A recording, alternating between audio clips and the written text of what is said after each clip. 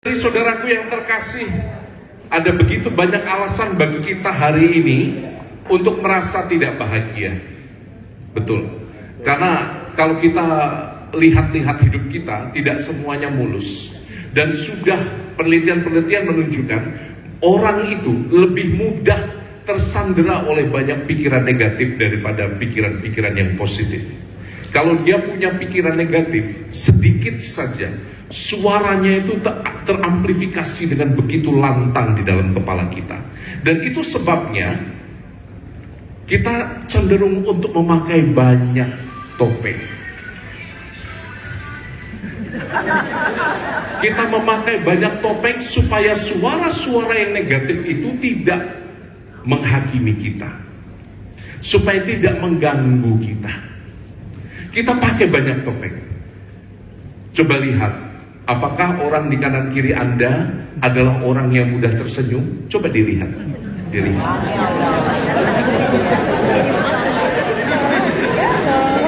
Kalau nggak ada angin, nggak ada hujan, mereka tersenyum seperti sekarang. Inilah topengnya.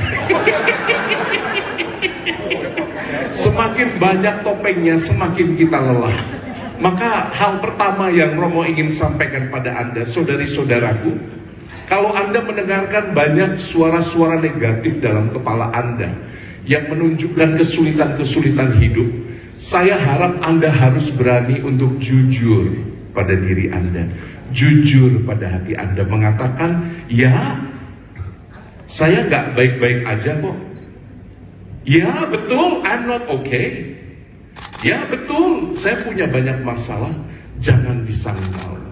Semakin banyak Anda menyangkal salib Anda, semakin hidup akan berat, semakin hidup akan melelahkan. Maka apa yang Tuhan perintahkan pada kita? Yang mau jadi muridku harus setia memikul salibnya setiap hari. Jangan disangkal salibnya. Maka ini pelajaran pertama yang Romo ingin sampaikan pada Anda. Jangan mudah menipu diri sendiri dengan pelbagai tampilan yang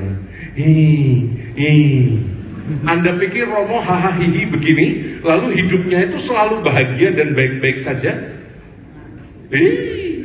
Saya kalau masuk kamar juga gemeter tahu. Lagunya apa? Sendiri lagi. Kalau saya berjumpa dengan umat yang ceria-ceria seperti ini, Romo bahagia sekali. Tapi ketika masuk ke kamar, saya menghadapi kesepian yang bahkan saya tidak bisa beri nama. Kesepian yang mengerikan. Anda kalau ke kamar, Anda pasti bahagia. Selalu ada teman bukan di kamar Anda? Saya masuk kamar itu selalu lihat salib Yesus besar sekali di situ. Maka saudari-saudaraku, ulangi kata-kata Romo yang pertama ini. Aku mau belajar jujur pada salibku. 1, 2, 3. Aku mau belajar jujur pada salibku. Ya, semuanya sekarang. 1, 2, 3. Aku mau belajar jujur pada salibku. Betul, kadang-kadang kita itu tidak baik-baik saja dan Anda harus belajar untuk mengakui itu. Aku mau belajar jujur pada salibku. Dan Anda tinggal mengatakan, ya Tuhan, hidupku lagi gak baik-baik aja Tuhan, tapi bersamamu aku yakin bisa. Amin. Bersama Yesus aku yakin bisa. Ini yang kedua Romo mau katakan pada Anda. Ayo 1, 2, 3. Bersama Yesus aku yakin bisa. 1, 2, 3. Bersama Yesus aku yakin bisa. Bersama Yesus aku yakin bisa. Banyak kondisi yang tidak ideal akan kita hadapi dalam hidup ini, tapi bersama Yesus aku yakin bisa. Suatu hari Romo pulang dari kantor. Saya sebelum pindah ke Palembang 2 minggu ini, saya berkarya di sekolahan, di asrama. Saya punya 450 siswa, usia remaja semuanya, Anda bisa bayangkan ya. Dan tinggal di asrama dengan 120 anak remaja laki-laki. Anda bisa bayangkan ya, baunya kayak apa. 120 coba bayangkan. Suatu kali saya pulang ke asrama, berjumpa dengan satu anak ini yang menggunakan pisau roti Romo. Anda tahu pisau roti ada gerigi-gerigi kasarnya? Tahu ya? Bisa membayangkan pisau roti? Punya nggak di rumah? Jadi pisau roti itu dia pakai, dia duduk di bawah meja makan Romo karena dia piket membersihkan meja makan kami. Dia pakai pisau roti kami untuk menggaruk jempol kakinya dan telunjuk kakinya digaruk karena ada kutu air, jadi digaruk pakai pisau rotinya Romo-Romo itu. Nikmat sekali dia. Tapi kan Romo melihat itu, darahnya langsung naik. Karena jijik kan. Saya bilang, nak, otakmu itu loh nak, saya bilang. Karena dia lihat muka Romo sudah merah padam, dia ketakutan. Enggak Romo, ini saya cuci. Dia celup-celupkan di mana Anda tahu? Dicelupkan ke kain pel. Jadi sudah kena kutu air di kakinya, kena lagi air pel yang sudah berwarna hitam pekat. Wih, darah saya langsung cus. Saya mau marahin dia saat itu, tapi di belakang kepala saya ada suara. Aku belum selesai dengan anak ini. Wah, mak kelakep saya. Suara itu jelas sekali. Aku belum selesai dengan anak ini. Saya yakin itu suara Roh Kudus. Karena nggak mungkin itu suara yang lain. Karena nggak ada Romo yang lain. Aku belum selesai dengan anak ini. Roh Kudus ingatkan saya, oh iya, ini anak masih kelas 1 SMA, masih baru. Dia masih baru datang, mungkin di tempat dia tidak ada roti. Mungkin di tempat dia tidak ada pisau roti. Mungkin bagi dia itulah kenikmatan satu-satunya yang dia dapatkan di hari itu. Jadi kau tidak berhak untuk marahin dia. Lalu seketika emosi saya surut, lalu saya mengatakan, ya sudahlah nak. Ya sudah, lain kali jangan diulangi. Cucilah semua pisau itu. Di situ kebodohan saya. Karena mestinya satu pisau itu saja yang saya buang, lalu saya nggak akan tahu kan. Tapi saya minta dia mencuci, lalu dia mengambil semua pisau sehingga saya nggak tahu lagi pisau mana yang dia pakai. Selama 1 minggu Romo nggak makan roti. Saya cuma mengamati Romo-Romo lain itu makan roti. Saya tanya, enak Romo? Enak. Yang kedua, teman-teman, kalau engkau mau jujur pada hatimu, engkau harus mengakui bahwa tiap orang di sekitarmu tidak sempurna. Tidak sempurna, nggak ada yang sempurna di kanan kirimu. Anda bawa istri Anda saat ini, siapa yang bawa istrinya? Bapak-bapak, siapa yang bawa istrinya? Tunjuk yang tinggi, bapak-bapak. Apakah istri Anda sempurna?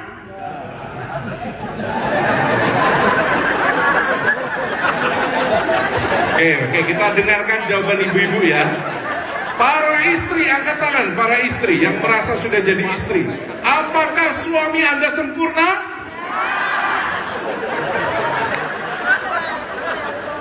Bapak-bapak kalau Bapak-bapak kalau ditanya itu pasti. Itulah bapak-bapak, mereka berusaha menjaga kehormatan istrinya. Tepuk tangan untuk bapak-bapak. Beda dengan ibu-ibu. Ibu-ibu itu akan merasa terdukung kalau ada temannya hadir.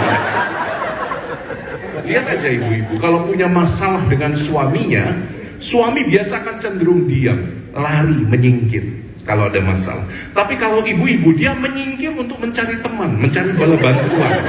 Sehingga orang satu keuskupan Bandung tahu masalah suaminya. Saya kan kerja di sekolahan pelayanannya. Jadi kadang-kadang waktu jam menunggu pulang, Romo sengaja muter dari balik tembok. Saya tuh nguping apa sih yang dibicarakan ibu-ibu yang sedang menunggu anaknya pulang itu. Rupanya mengerikan ya yang mereka percakapkan itu ya. Ibu-ibu itu bisa bercerita dengan bebas tentang apa saja, termasuk tentang urusan ranjang dengan suaminya. Itu di-sharingkan. Bapak-bapak, nasib kita. Saudari-saudara, suami Anda tidak sempurna, istri Anda tidak sempurna. Anak-anak sempurna nggak? Anak-anak sempurna? Mereka akan sering mengecewakan hati Anda. Pegang kata-kata saya. Betul itu. Anak-anak, apakah orang tuamu sempurna? Maka tidak ada yang sempurna. semua akan saling mengecewakan. Tapi Alain de Botton mengatakan apa? Alain de Botton mengatakan semuanya cukup baik. Ini salah satu filsuf favorit saya. Dia bilang tidak ada orang yang sempurna. Yang ada adalah orang yang cukup baik. Dan yang sudah cukup baik, sudah baik. Jadi ini poin kedua, Romo. Poin pertama Anda sudah lupa pasti. Poin pertama apa tadi? Romo bilang. Belajar jujur pada salib. Aku mau belajar apa? Aku mau belajar jujur pada salib. Yang kedua, yang Romo ingin bagikan pada Anda, aku mau belajar bahwa semua orang itu cukup baik. Punya kelemahan, tapi cukup baik. Maka kita ulangi kata-kata Romo yang kedua itu. Aku mau belajar semuanya cukup baik. Tidak ada yang sempurna, tapi semuanya cukup baik. 2-3 peluk suamiku cukup baik. Bapak-bapak mengatakan pada istrinya, istriku cukup baik. Waduh, ini Anda malu-malu semua ya. Romo nggak akan iri. Maka coba saya atau saya keliling ya sebaiknya ya. Baik, saya keliling ya. Ini susahnya memberi seminar kalau Anda sudah makan kenyang ya. Begini caranya. Anda sudah tidak tergerak lagi untuk bergerak. Coba 1, 2, 3 istri dan suami saling peluk. Ada istri dan suami peluk ya. Peluk. Yang nggak bawa istri, nggak bawa suami, bawa temen nggak? Boleh peluk. Kalau Anda bawa teman boleh peluk, ya. Jangan peluk istri orang atau suami orang. Katakan semua 1, 2, 3 semuanya cukup baik. Dan yang sudah cukup baik sudah baik. Sadarilah itu. Suami Anda jangan lepaskan pelukannya. Saya ingin lihat orang bercengkrama hari ini. Kita mengunjungi hati. Jangan lepaskan pelukannya. Iya, yang apa? Cici gak ada yang meluk. Sama Romo nggak boleh ya. Jangan ya, Dek ya.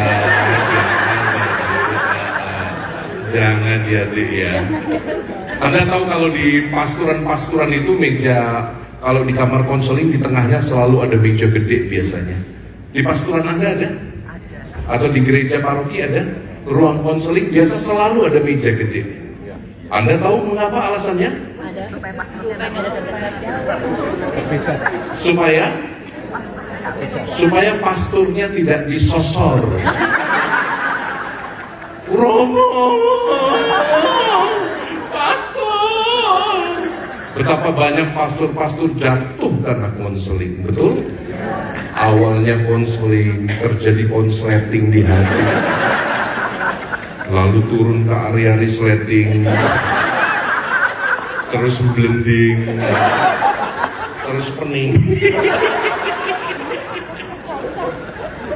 Maka sadari semuanya cukup baik, Semua punya kelemahan, tapi semuanya cukup baik. Karena itu kita setia hari ini. Karena itu kita datang ke sini hari ini. Semua punya kelemahan, tapi lihatlah yang baik. Ini poin kedua, Romo. 1, jujur bahwa salib itu ada. 2, sadari bahwa semua baik dan semua yang sudah cukup baik sudah baik. Maka istri jangan banyak menuntut suami. Suami jangan banyak menuntut istri. Istri, please dengarkan baik-baik. Bapak-bapak itu banyak yang menderita tanpa Anda sadar. Para pria itu menderitanya itu ditanggung dalam diam biasanya. Karena memang para pria tidak berbakat untuk berkata-kata, betul ya? Para pria itu ya kita menanggungnya dalam diam. Jalan kesatria kita itu, para pria itu. Betul bapak-bapak? Gak berani jawab masih. Ada satu hari itu ya, ada pasangan sudah 5 tahun menikah. Si istri itu selama 5 tahun setiap malam selalu ngomong sama suaminya, kalau bangun tidur itu jangan kentut, Pak. Karena si bapak ini dari kecil tiap kali bangun selalu kentut. Istrinya tiap malam ngomong sama suaminya, Papa, kalau bangun pagi jangan kentut, kentut besar sekali nanti ususmu keluar, katanya. Jadi si bapak ini 5 tahun loh. 5 tahun perkawinan dia sudah, waduh, dia nggak peduli lagi, namanya udah 5 tahun perkawinan, dia sudah mengetahui segala-galanya. Jadi si suami cuek bebek, selalu kentut, tapi istrinya tidak menyerah, selalu menuntut, jangan kentut Papa, jangan kentutmu keluar, nanti ususmu keluar. Pada hari ulang tahun perkawinan mereka yang kelima, apa yang dilakukan oleh istrinya? Dia geram karena 5 tahun ini tiap pagi aku menanggung kentut suamiku. Jadi apa yang dia lakukan? Dia beli usus kambing gitu. Usus kambing itu mau buat prank, dia taruh di bed gitu ya. Maksudnya nanti kalau suaminya bangun, dia pasti kaget, oh ususnya keluar beneran gitu. Dan benar, istrinya bangun pagi-pagi, usus kambing itu ditata di atas bednya, lalu ditutup selimut. Dia bangun duluan, ada apa yang terjadi? Benar, suaminya brot, kentut. Dia tunggu reaksinya, kok gak keluar-keluar kamar. Lalu 1 jam kemudian baru keluar. Suaminya kakinya sudah mengangkang begitu ya. Mama, yang kau katakan itu betul Mama. Istrinya senyum-senyum, wah kena prank ini. Mama, betul Mama, saya tadi kentut dan usus saya keluar pagi ini. Tapi berkat kasih karunia Allah, sudah kumasukkan kembali.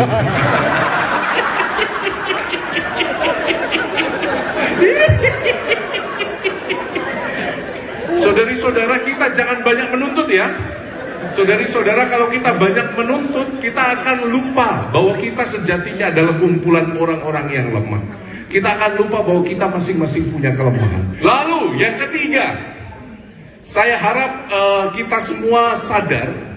Poin ketiga, hari ini hanya ada 3 poin kok, tentang sensibilitas, tentang intuisi. Saudari-saudaraku, kadang-kadang kita lupa bahwa cinta itu tidak boleh materialistik. Sekarang ini banyak orang makin tidak sensibel karena cinta itu selalu materialistik bentuknya. Anda sadar tidak sadar, apalagi Anda yang businessman, profesional, orientasi kita pertama-tama itu selalu apa? Selalu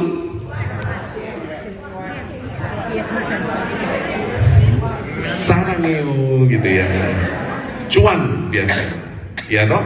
Kadang-kadang kita tanpa sadar dibentuk oleh lingkungan pekerjaan, sehingga tanpa sadar pula kita menyamakan cinta itu dengan materi.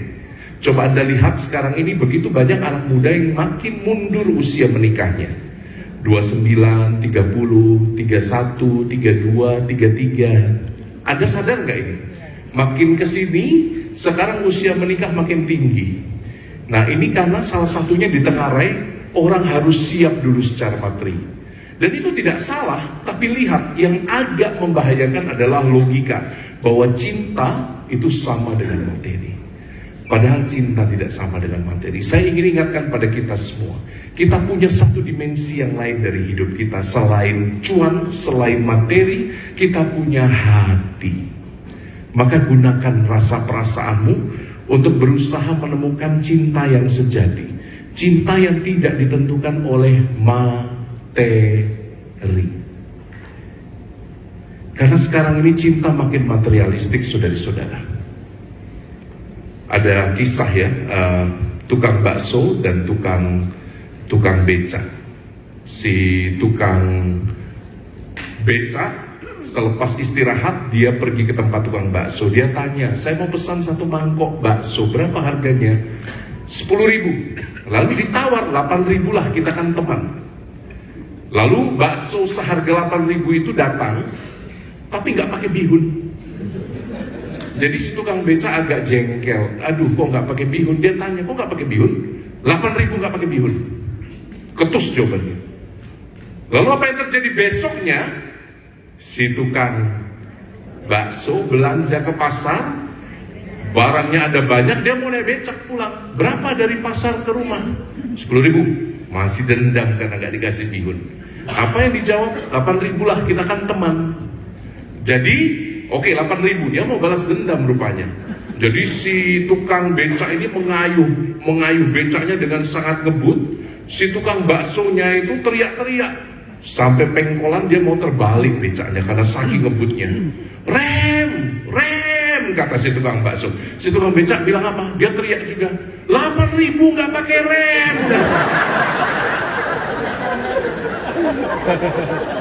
Cinta makin materialistik sekarang ini. Cinta itu makin transaksional. Kamu kasih berapa, saya kasih segitu. Saya dapat apa dari perbuatan-perbuatan baik saya?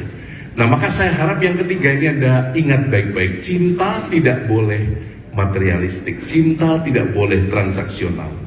Cinta bukan melulu materi. Kita ulangi ya. 1, 2, 3. Cinta bukan melulu materi. Cinta tidak boleh transaksional. Cinta kalau transaksional banyak nipunya. Betul? Cinta kalau hanya ukurannya cuan nanti kita akan jadi menipu. Tidak jadi berkat. Maka ada elemen lain dalam cinta. Materi itu tetap penting, itu yang mau Romo sampaikan, tapi bukan segalanya. Jangan semuanya diukur dengan materi. Kalau tidak, kita lambat laun akan menjadi tidak sejati dalam hidup. Kita akan nipu banyak orang. Ada kisah, ini penutupnya nih, ada kisah dua romo, yang dua pastor, dia ingin jalan-jalan, ingin melepas penatnya dari kegiatan pastoral yang begitu banyak. Dia memutuskan pergi ke Bali. Karena di Bali dia bisa bersantai, lalu ya tidak usah pakai kostum pastor seperti saya ini. Mereka pakai kolor saja, berbaring di tepi pantai. Iya toh? Ya mereka tidak perlu menunjukkan, ya pakai kolor saja, tidak ada yang kenal di Bali. Sampai suatu saat ada, ketika mereka sedang asik-asiknya berjemur di tepi pantai dengan segitiga biru itu, ada satu wanita pakai bikini, seksi, cantik. Selamat pagi, pastor. Waduh, kok tahu? Oh ya mungkin umat ini, tapi iya lagi berjemur. Nah, datang wanita kedua, kali ini bikininya lebih tipis, lebih seksi lagi. Selamat pagi, pastor. Waduh, kok tahu? Dia mulai curiga, jangan-jangan kolornya ada nama. Karena semua kolor romo, pastor itu ada namanya. Saya buka rahasianya di sini. Dikasih namanya. Yang ketiga lebih tipis lagi bikininya. Aduh, tinggal segaris nutup-nutup itu ya, Anda tahu. Bapak-bapak sudah membayangkan, tolong dilap dulu ya netes-netes semua. Lalu apa yang terjadi? Yang ketiga ini sudah wabobian. Ini kita harus tanya nih, Nona, Anda orang ketiga yang menyapa saya pastor. Saya cuma pakai kolor. Kok Anda tahu bahwa kami berdua ini pastor? Lalu si Nona menjawab dengan enteng, pastor masa lupa saya suster Agatha. Yang tadi suster Elizabeth. Yang tadi yang pertama tadi suster Mariani. Masa pastor lupa? Kadang-kadang kita hidup menipu diri. Kalau kita ukurannya hanya materi, kita akan banyak menipu orang lain dengan topeng-topeng kita. Maka kalau Anda ingin cinta yang sejati, yang tidak materialistis, Anda harus bersekutu dengan Yesus, bersatu dengan Yesus. Katakan, Yesus, aku undang Engkau masuk dalam hidupku, supaya hidupku tidak hanya ditentukan oleh ukuran-ukuran materialistik, supaya hidupku tidak ditentukan oleh target-target pencapaian materi dan duniawi, tapi juga supaya aku bisa menggunakan hidupku seutuhnya bagi kemuliaan-Mu yang lebih besar. Amin. Dan kita akan ke situ juga, ujungnya ke sana loh kita ini. Anda ingin menghadap Dia dengan senyuman, bukan? Amin. Kalau Anda ingin menghadap Yesus dengan senyuman di ujung hidup Anda, mulai dari sekarang tiap hari Anda senyum pada sesama.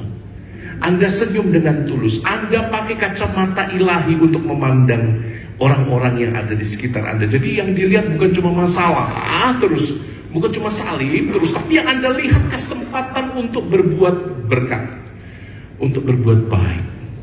Itu yang makin kita butuhkan sekarang ini. Anda harus berdamai dengan masa lalu Anda yang tidak baik-baik saja. Anda harus pakai kacamata berkat. Anda katakan, ya Tuhan, saya mau pakai cara pandang gandum untuk melihat masalah-masalah saya, bukan kacamata ilalang. Kalau kita memakai kacamata ilalang, yang kita lihat salib terus, tapi kita nggak pernah sampai pada kebangkitan. Amin. Maka semoga kita sama-sama mengusahakan ini. Hidup ini terlalu singkat untuk diisi dengan berbagai beban masalah, salib, problematika kehidupan, apalagi dendam. Amin, amin. Kalau Anda megang dendam hari ini, lepaskan, belajar mengampuni. Di tempat saya di kota Jambi, saya sudah seringkali memberkati jenazah-jenazah yang wajahnya tidak enak untuk dilihat, mengerikan. Dan rata-rata itu adalah jenazah yang menyimpan dendam selama hidupnya, tidak bisa berdamai selama hidupnya. Maka orang-orang di Jambi, di tempat saya, Anda tahu mereka akan buat apa? Mereka akan kocok 3 butir telur, didadar, digoreng, panas-panas itu, langsung dari teflon itu, ditaruh di muka jenazah, lalu diurut-urut sama perias jenazah. Nanti ditarik sana, ditarik sini supaya bisa tersenyum. Sampai bunyi kadang-kadang kulitnya, ces, gitu ya. Karena sudah kaku wajahnya. Apa yang mau sampaikan? Kalau Anda tidak mau berdamai dari sekarang, siapkan 3 butir telur.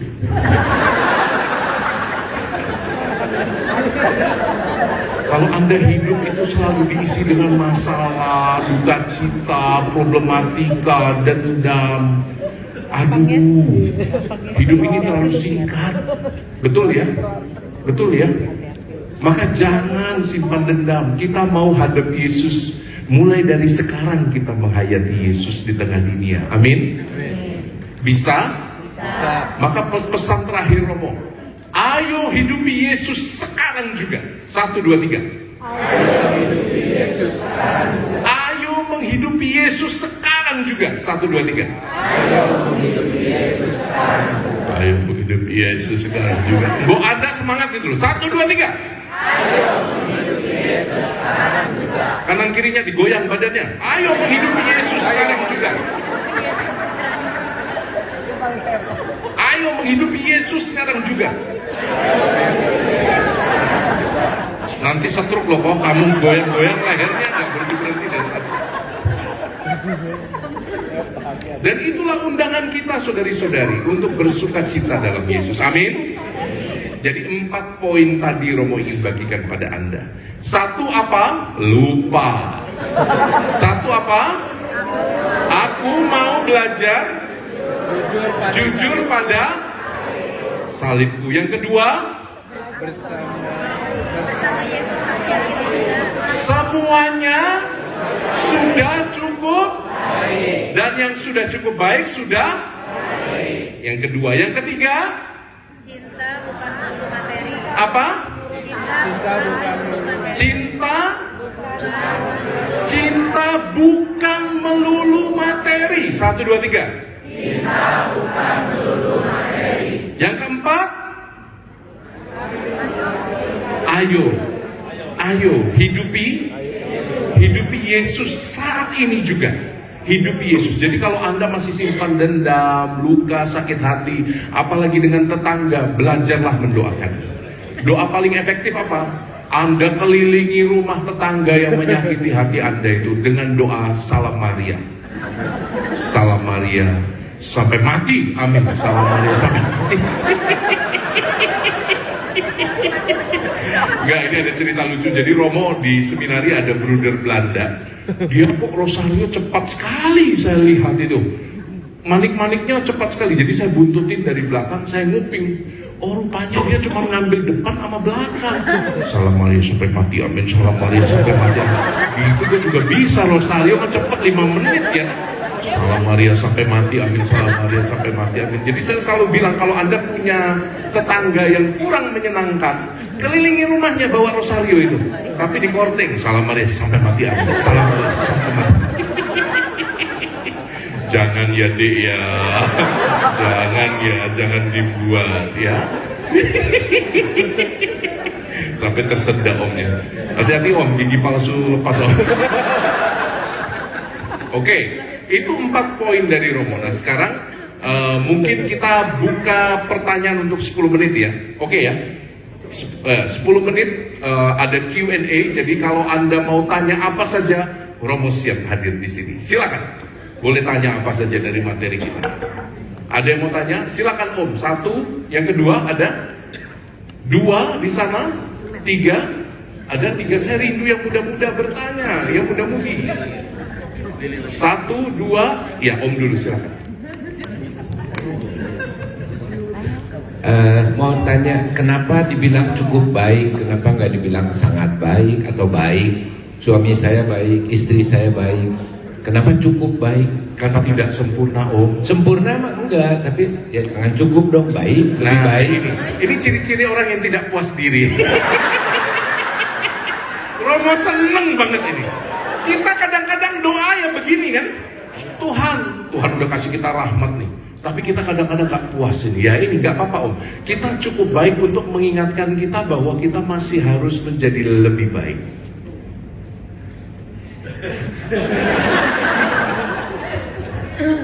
Ada untungnya saya belajar filsafat deh. Ya om ya, sederhana jawabannya, supaya kita ingat walaupun ada kekurangan sudah cukup baik, dan tiap orang bisa berproses jadi lebih baik lagi. Itu om jawabannya. Terima kasih. Sudah puas om? Wah. Terima kasih, bertepuk tangan untuk om kita ini. Pertanyaan kedua, silakan rapid question. Ada tadi? Ya silakan langsung ibu berdiri. Ya, ya ibu yang di depan dulu, silakan ibu.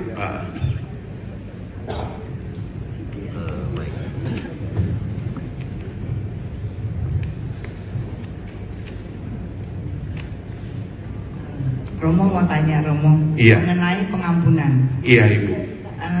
Kalau kita kan mengampuni seseorang Romo ya, Iya. sudah diampuni istilahnya, tetapi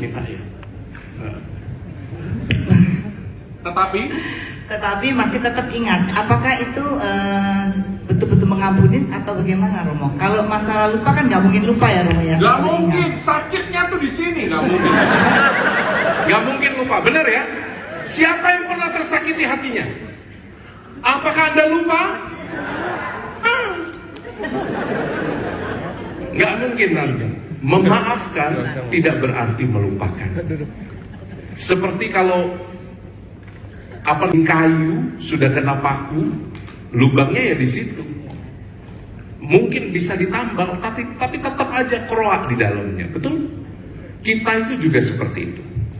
Memaafkan tidak berarti melupakan. Memaafkan itu berarti menerima bahwa kita tidak baik-baik saja. Kita menerima bahwa kita itu terluka, bahwa orang lain kadang-kadang memang dalam rancangan Tuhan yang paling baik mendatangkan luka untuk kita.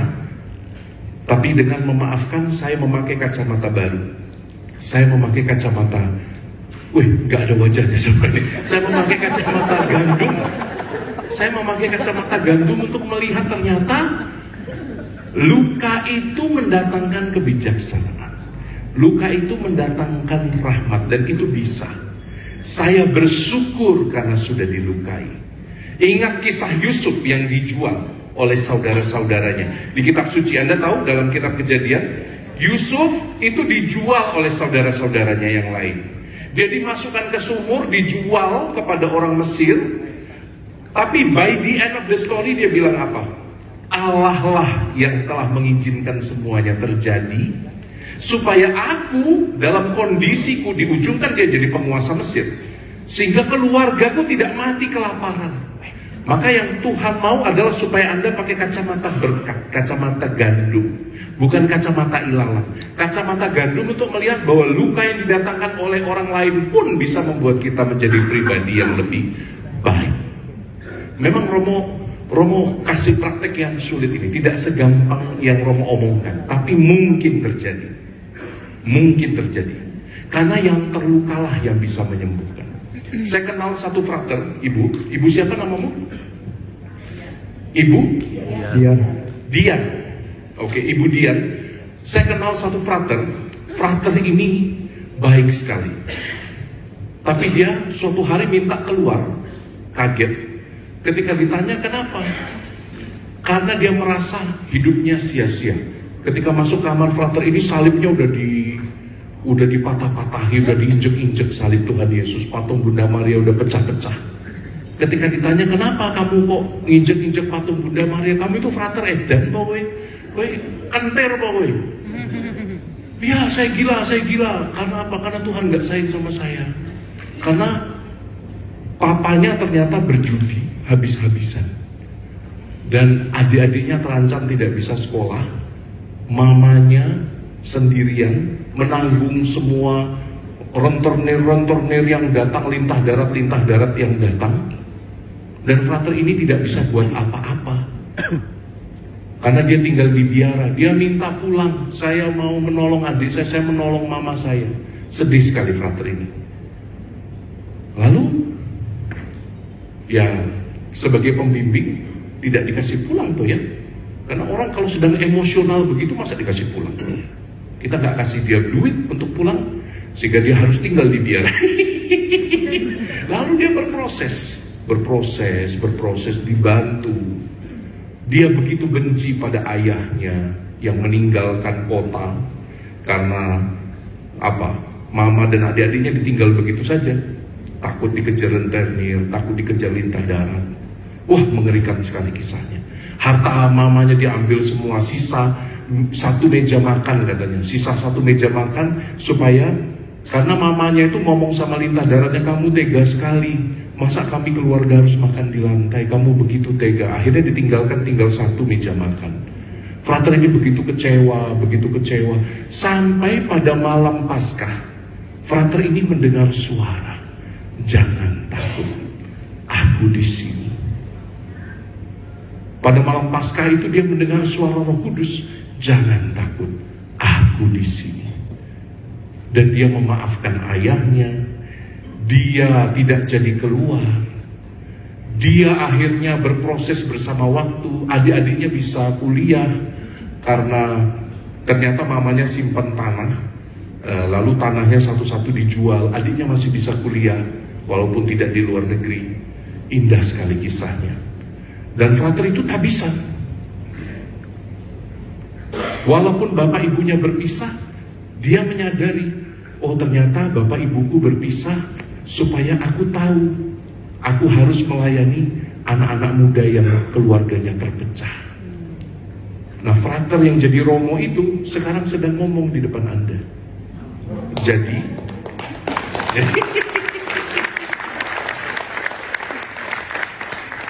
hanya yang terluka yang bisa menyembuhkan. Tuh kan, gak nyangka kan? Udah ketawanya, kisah hidupnya pahit tahu. Saya mengalami, ternyata saya diutus untuk menyembuhkan banyak anak-anak muda yang mengalami masalah broken home, yang mengalami ayah ibunya berpisah, yang mengalami ayahnya tidak hadir dalam keluarga karena perjudian, karena bisnis yang tidak sehat. Dan saya menemukan Tuhan baik. Terima kasih, saya pengalaman itu membuat saya berterima kasih sama Tuhan. Tuhan baik, Tuhan Engkau baik sekali, membuatku melewati lembah kelam air mata supaya aku bisa menyembuhkan anak-anakmu yang lain. Karena hanya yang terluka, Tante Dian, yang bisa menyembuhkan. Bersama Tuhan.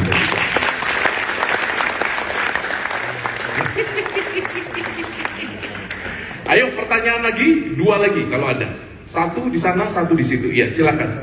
Nah. Anda sudah bosan mendengar Romo? Mbok sudah. Malam Romo, terima Malam. kasih. Suami saya sering dengerin ngikutin live-nya Romo, jadi saya juga suka ikut-ikutan dan kita suka nikutin ketawanya Romo. Poin 1 sama poin 4 4 yang mau saya tanyakan jadi 2 pertanyaan, boleh ya Romo? Yang pertama tuh mengikuti yang pertanyaan pertama tadi mengenai Romo bilang kita tuh cukup baik. Iya, saya teringat aja tadi pas Romo jelasin di Kejadian 1 ayat 27 sama 31, Tuhan Allah menciptakan manusia, kemudian di ayat 31 dikatakan sungguh amat baik. Tapi Romo bilang tadi kita kan cukup baik. Boleh dijelaskan nggak perbedaan yang Romo bilang itu kita ini cukup baik? Saya setuju bahwa saya nggak sempurna, tapi Allah menciptakan manusia itu sungguh amat baik. Jadi saya lebih mikir mengimani bahwa saya sungguh amat baik. Yang kedua, Tepuk tangan om. Ada pendukungnya. ya itu gambar diri Saya saya. langsung tak jawab. Ya Romo. Allah bersabda, manusia kuciptakan sungguh amat baik karena belum jatuh dalam dosa. Sesimpel itu. Ketika mereka sudah jatuh dalam dosa, ya Allah tetap melihat kita itu sangat amat baik. Betul, Allah tetap melihat kita amat sangat baik. Tapi ada, kalau bahasa teologinya, concupiscentia itu, ada rasa bersalah dalam diri kita yang mengatakan bahwa saya tidak sempurna, saya berdosa. Makanya si Adam, apa yang Adam lakukan ketika dia sadar bahwa dirinya telanjang, apa yang dia buat? Dia buat apa? Hah? Anyaman daun. Dia buat apa? Anyaman daun. Dia buat anyaman daun untuk apa om? Dia membuat cawat dari daun. Dia melihat dirinya dan dia malu. Padahal dulu waktu manusia diciptakan bebas merdeka, ya tidak ada rasa malu. Tapi begitu nafsu menguasai, semuanya menjadi malu. Cawat pertama ditemukan oleh Adam.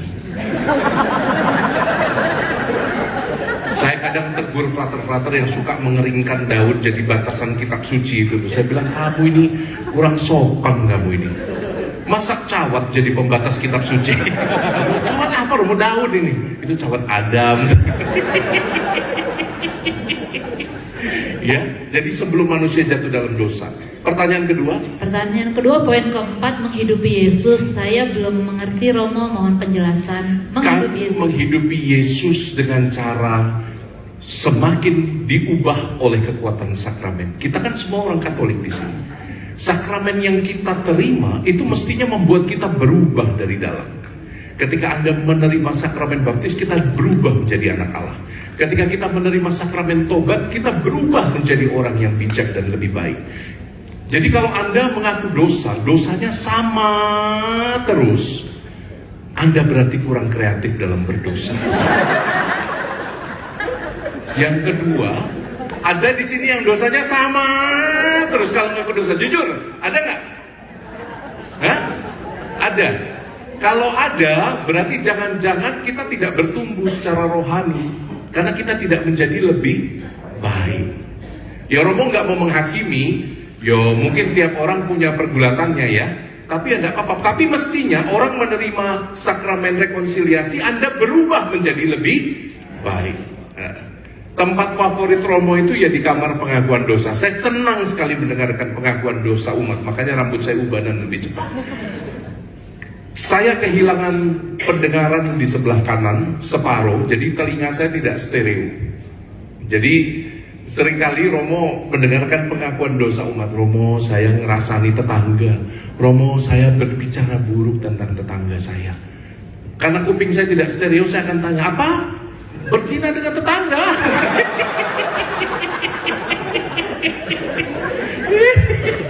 Yang di luar dengar. Enggak. Jadi mestinya kita diubah oleh kekuatan sakramen. Dengan menerima sakramen Ekaristi, apa yang berubah dari diri kita? Semuanya berubah. Tuhan hadir dalam tubuh kita. Dia menjadi makanan supaya setiap sel dalam tubuh kita diubah menjadi lebih ilahi.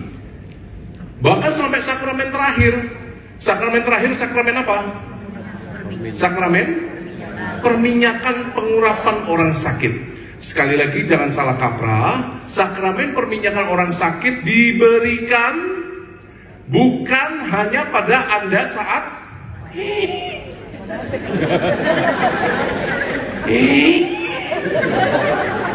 Bukan hanya pada saat terakhir. Jadi kalau Anda sedang sakit, Anda boleh minta perminyakan. Sakit agak berat tentu saja ya. Karena ada orang yang sakitnya, ya panu itu juga sakit ya. Ada sakit panu, Romo saya minta diolesi minyak suci gundulmu. Olesi kawal panak ya. Salep 88. Jadi kalau Anda sakit agak berat, ingin berpergian agak jauh, Anda mau menghadapi operasi besar, minta sakramen minyak suci. Boleh, tidak harus tunggu selak telat ya toh. Nanti terlambat. Jadi ini sakramen ini mengubah hidup Anda. Itu artinya diubah oleh Kristus. Jadi apapun kita itu kayak orang makan pete itu loh. Kalau Yesus sudah masuk ke dalam tubuh kita, kita tuh kayak orang makan pete. Orang makan pete keringetnya bau apa? Pete. Maaf, pipisnya bau apa? Pete. Mulutnya? Pete. Mestinya orang yang menyambut Yesus dalam hidupnya, kata-katanya manis, pikirannya baik. Iya betul. Suami pulang malam, kata-katanya manis. Papa capek ya, sini mama pijetin. Kan enak gitu loh. Rupanya banyak terluka meja ini.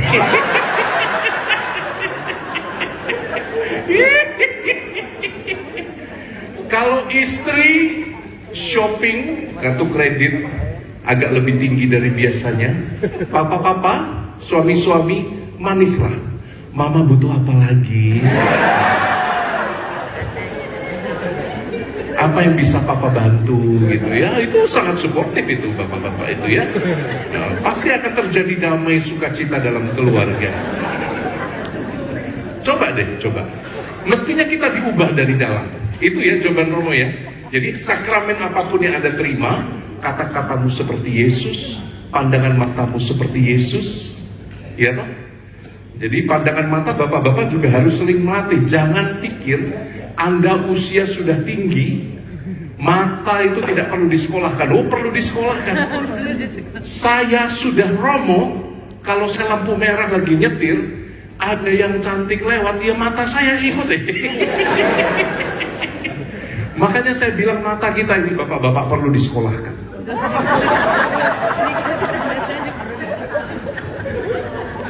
Insto Anda ganti air suci. Pedas itu isinya air garam. Oke, jelas ya. Oke, pertanyaan terakhir. Ya terakhir. Silakan. Terakhir. Siapa tadi yang tanya? Iya, silahkan. Namamu siapa? Saya Hani Romo. Hani. Wow, saya pastor tidak boleh panggil Hani.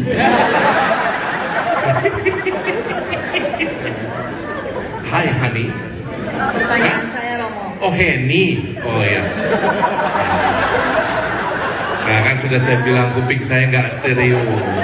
Pertanyaan saya Romo mengenai poin nomor 3 ya Romo. Iya. Temukan Hani. cinta yang tidak materialistik. Hani. Untuk zaman sekarang ini kayaknya berat ya Romo, karena Ulangi. Mantap ini, mantap. Makin malam makin hot. Ya, Ibu, coba dibeli nih Bu, ya. karena kan ada pepatah. Pernyataan sebelumnya itu loh. Temukan cinta yang materialistik itu berat zaman sekarang gitu. Yang Romo. tidak materialistik berat. Uang bukan segala-galanya, tapi segala-galanya perlu uang.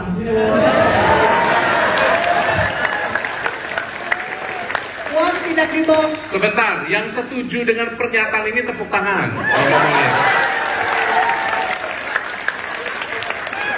Uang tidak dibawa mati, tapi kalau nggak punya uang, rasanya mau mati, Romo. Yang setuju pertanyaan ini tepuk tangan. Anda jauh dari kerajaan Allah. Ya, silakan. Sorry Romo. Bercanda. Pertanyaannya Romo. Hani. Satu, bagaimana cara untuk menemukan cinta yang tidak materialistik itu, dan Ada nggak tips-tipsnya nih Romo? Terima kasih Romo.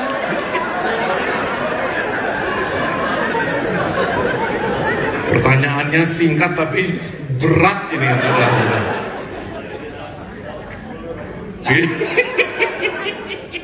Menurut Romo, satu, ada banyak, kamu perluaskan pandangan hidupmu. Ada banyak jalan untuk menemukan kebahagiaan di luar uang, di luar materi.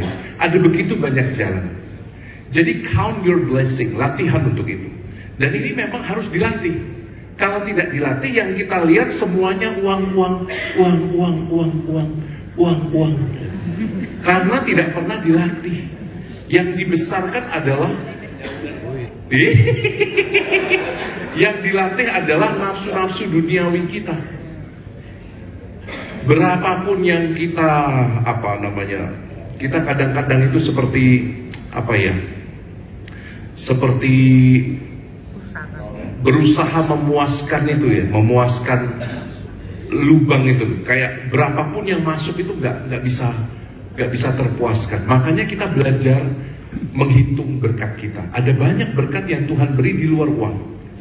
Oke? Seperti apa contohnya? Satu, berkat di luar uang apa? Satu, sehat. Banyak orang punya uang tapi tidak sehat, betul?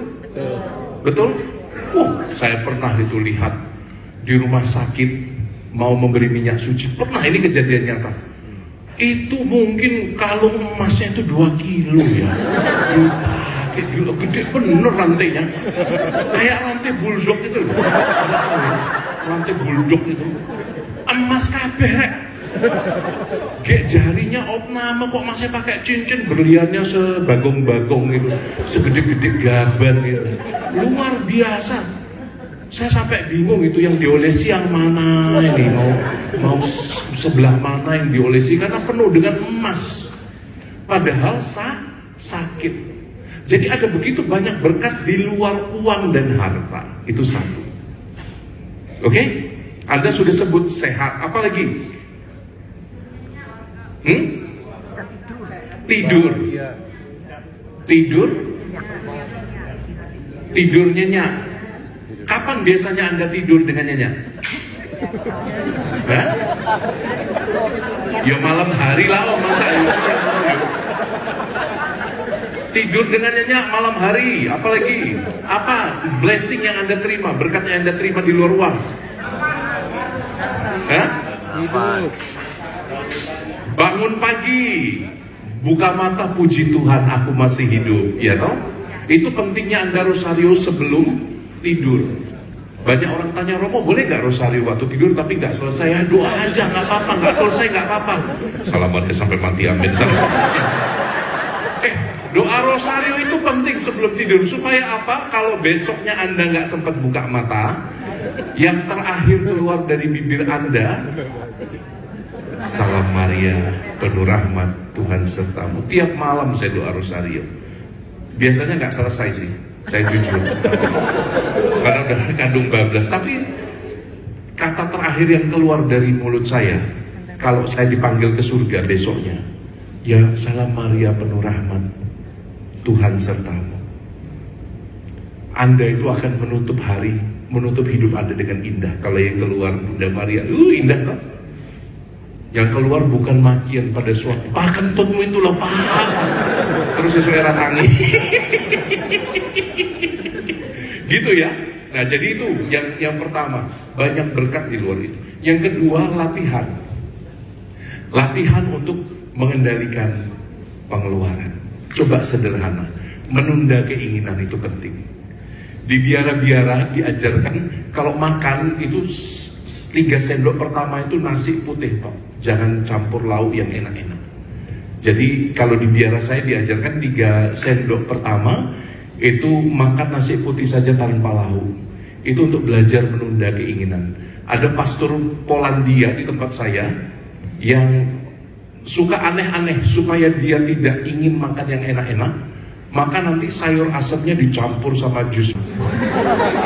Nanti jusnya dicampur kecap ikan kayak gitu. Atau telur asinnya nanti diambil, dicampur ke jus buah kayak gitu, supaya nggak enak. Tujuannya kayaknya absurd ya. Saya ini orang jorok banget, aduh, ampun bener. Makan sama beliau itu gila aku lihatnya itu, nggak selera. Tapi dia jawabannya sangat spiritual. Dia bilang apa? Romo, kita itu harus belajar menunda keinginan. Maka caranya supaya tidak materialistik adalah belajar menunda keinginan. Nah, dalam hal ini untuk Anda pasangan suami istri, disitulah peran KB alami sangat penting. Aduh, yang bawa anak jelaskan pada anakmu apa itu KB alami. Dengan adanya KB buatan, Anda sangat sulit menunda keinginan. Bapak-bapak, sulit ya? Makanya gereja mengajarkan kita untuk belajar meregulasi emosi, belajar meregulasi keinginan. Kalau tidak, kita akan terus dikuasai oleh keinginan. Di situ pentingnya KB alami. Gereja Katolik hanya mengizinkan KB alami, bukan KB buatan. Karena hubungan suami istri tidak boleh ditutup-tutupi oleh apapun juga. Harus terbuka. Everything. Semuanya. Teorinya, Romo nggak tahu prakteknya seperti apa. Teorinya. Supaya Anda belajar menunda keinginan. Nah gitu. Jadi supaya Anda bisa KB alami dengan baik, mulailah seperti yang Romo buat.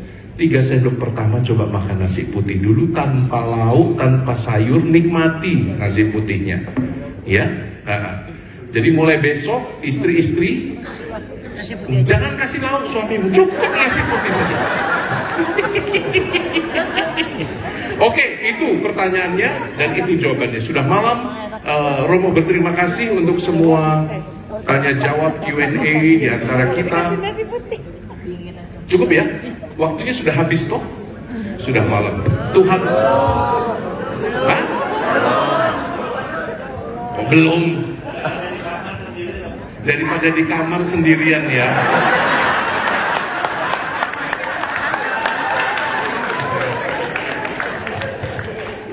Cuma di Bandung ini ada orang berani ngenyek pastornya. Oke, terima kasih banyak kebersamaannya umat di Bandung. Mohon maaf untuk salah kata, godaan-godaan yang kurang tepat. Romo minta maaf untuk semuanya, tapi yakinlah saya sangat bersuka cita berjumpa dengan Anda. Semoga 4 poin tadi Anda praktikkan dalam hidup ini. Ingat, hidup terlalu singkat untuk diisi dengan dendam, air mata, rasa sedih. Mulailah bergembira.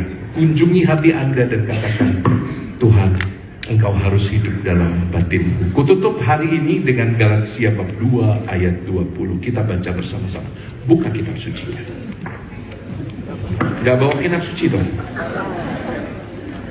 Anda bawa HP suci? Galatia bab 2 ayat 20. Bukalah. Udah ketemu?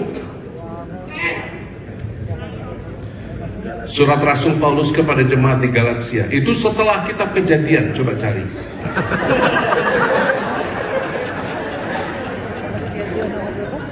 Galatia bab 2 ayat 20. Itu ayat Mas Romo. Galatia bab 2 ayat 20. Sudah? Nih, ada di depan nih, keren nih, langsung dicarikan. Ini siapa yang nyari nih? Keren ini. Waduh, operatornya, engkau tidak jauh dari kerajaan Allah. Luar biasa. Mau cepat masuk? Kita baca sama-sama 1, 2, 3.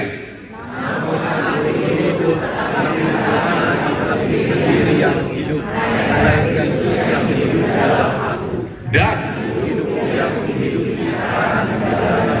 adalah hidup oleh iman dalam anak Allah yang telah mengasihi aku dan menyerahkan dirinya untuk aku. Aku hidup, tapi bukan lagi aku yang hidup. Aku hidup, tapi bukan lagi aku yang hidup, melainkan Kristus yang hidup dalam diriku. Maka hidup yang singkat ini, banyaklah senyum, hadirkan Yesus di tengah dunia. Banyaklah mengampuni, hadirkan Dia di tengah dunia. Banyaklah katakan, engkau cukup baik, engkau cukup baik, engkau cukup baik, engkau sudah baik. Katakan, Katakan Tuhan salibmu cukup bagiku, terima kasih. Dan Anda akan diubah jadi pribadi yang lebih punya hati. Tuhan memberkati Anda semua. Amin.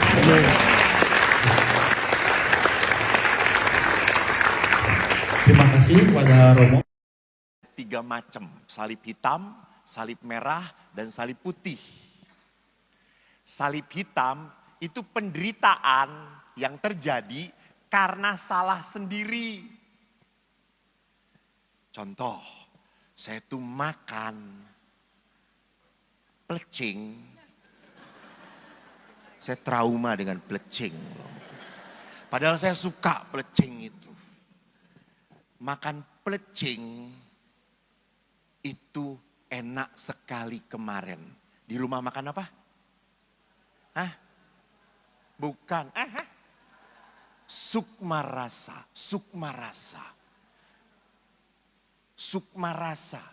Saya motonya lihat, kalau Anda lapar ingat sukma rasa. Kalau Anda kenyang ingat Tuhan. Kalau Anda sakit ingat pastur. Karena sebentar lagi dipanggil Tuhan. Gitu ya. Di sukma rasa, makanannya tajam-tajam bumbunya. Waktu saya makan, saya kepedesan.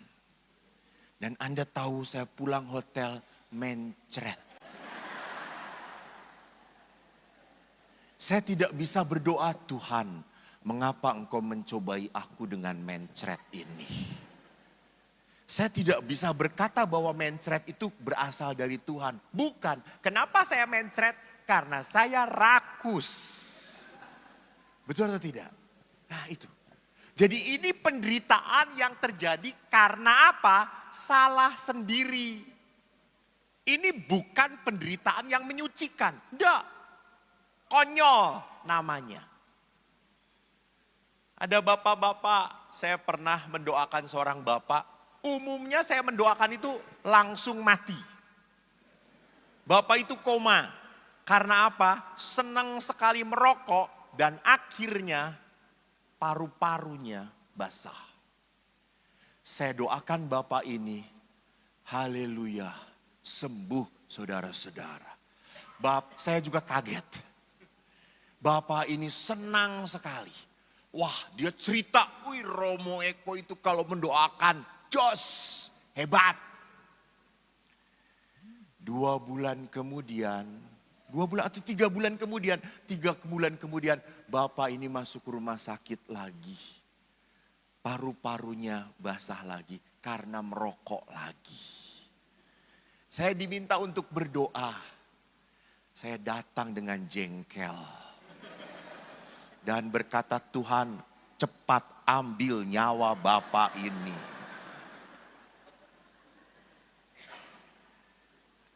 Jadi kalau orang sudah mendapat mujizat, Anda itu sudah diberi kesempatan untuk bertobat.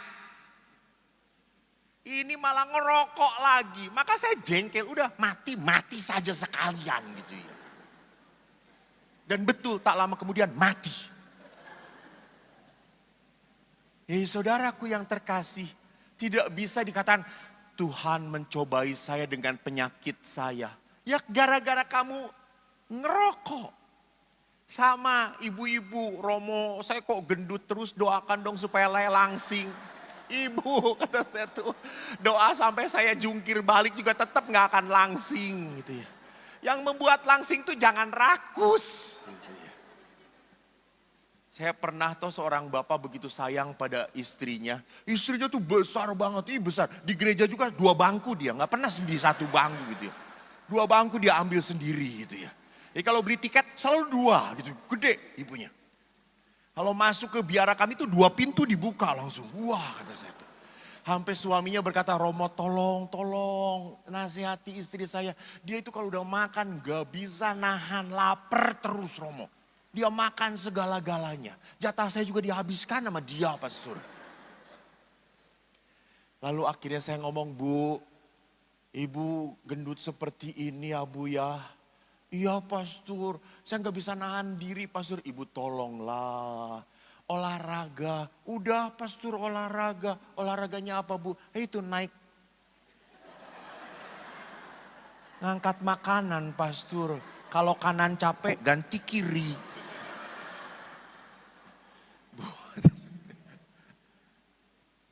Lari, keliling. Saya juga lari. Keliling apa? Keliling tempat tidur gitu, muter-muter. Bu, kata saya tuh, ibu kan pengikut Yesus.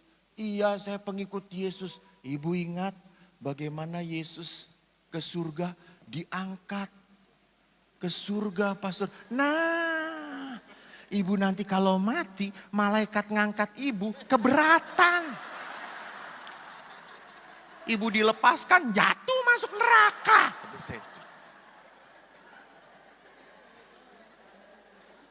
Dan ibu itu mendengarkan nasihat saya, saudara-saudara.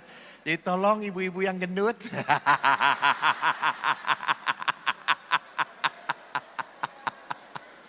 Jangankan malaikat mengangkat Anda, orang-orang yang mengangkat peti mati aja berat gitu ya. Jadi lihat di sini, ada satu salib hitam penderitaan yang terjadi karena salah saya. Anda jangan mengapa Tuhan saya banyak penyakit, olahraga enggak, makannya bagaimana? Kenapa Tuhan kok saya itu mudah marah-marah, berdoa enggak, rajin ke gereja enggak? Kenapa kok hidup saya tidak pernah sukacita, damai, sejahtera? Anda dekat dengan Tuhan atau tidak? Yang kedua adalah salib merah. Salib merah adalah apa? Penderitaan yang terjadi karena salah orang-orang yang saya kasihi. Jadi yang berbuat salah itu orang yang saya kasihi, saya pun ikut menderita. Kalau Anda kenal bahasa Jawa itu ada pepatah. Anak polah bopo keprada. Artinya apa? Orang Flores, lihat di bawah ini. Ada terjemahannya. Artinya kalau anak buat masalah, orang tua pun akan kecipratan. Kalau anak punya masalah, buat masalah, pasti lihat bapaknya siapa. Tapi kalau anak pinter, ibunya siapa? Betul ibu-ibu?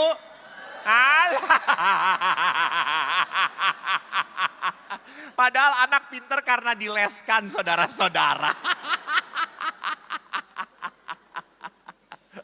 Nggak pernah anak diajarin ibunya. Kalau anak diajarin ibunya ujung-ujungnya marah-marahan. Betul nggak nak? Betul. Selalu disalah-salahkan gitu ya. Jadi ada penderitaan yang terjadi karena salah orang-orang yang kita kasihi. Orang kita kasih buat masalah, buat kesalahan, saya pun ikut menderita. Itu salib merah. Dan ada yang namanya salib putih. Salib putih adalah apa? Penderitaan diizinkan terjadi pada kita. Kenapa sampai seperti itu? Nanti kita lihat makna penderitaan. Kita lanjutkan. Kok lagi yes? Next. Lihat. Kalau Ayub punya penderitaan, saya harus sadar saya pun punya penderitaan. Apa penderitaan kita? Next. Dosa kelekatan pada kebiasaan tidak teratur. Jadi dosa pun adalah sumber penderitaan. Dosa adalah apa? Kelekatan-kelekatan kita. Contoh, saya suka ngomel. Saya suka ngegosip. Saya suka nyalah-nyalahin. Saya suka mengkritik. Saya enggak pernah muji. Itu kelekatan. Omongannya tuh selalu pahit, menyakitkan untuk didengarkan. Saya kan kemarin bercerita bahwa ibu-ibu tuh senangnya bicara, ya atau tidak? Maka kalau 2-3 orang ibu berkumpul, Yesus pergi dari situ. Karena pasti gak didengerin. Ibu-ibu sibuk ngobrol sendiri. Saya tuh beberapa bulan yang lalu kami OSC pesta hari raya. Lalu karena hari raya di biara kami ngundang ibu-ibu untuk dekor gereja. biasanya frater yang dekor. Tapi kan kalau laki-laki yang dekor kurang indah. Kalau wanita tuh kan the taste of keindahannya tinggi. Lalu kita panggil 4 orang ibu-ibu mendekor gereja. Jam 9 pagi datang. Udah bawa bunga, saya temu di depan. Romo, ibu terima kasih ya. Sudah mau menghias kapel kami. Sehingga besok pesta pasti indah. Terima kasih Romo diberi kesempatan melayani. Oke Bu, di sana kapelnya ya. Jam 9 ibu itu tiba. Jam 12 kami tuh harus pakai kapel untuk berdoa. Lalu saya ngomong, Bu maaf. Kami mau pada berdoa para fraternya. Oh ya, ibu istirahat dulu. Ya oke. Saya masuk, you know what happened? Baru 1 rangkaian saja. Baru 1. 9, 10, 11, 12, 3 jam. Baru 1 rangkaian bunga. Apa yang dikerjakan 4 ibu ini? Setelah doa saya penasaran. Saya ke CCTV. Saya besarkan CCTV di kapel, saya putar ulang. Dan apa yang terjadi? Ibu-ibu itu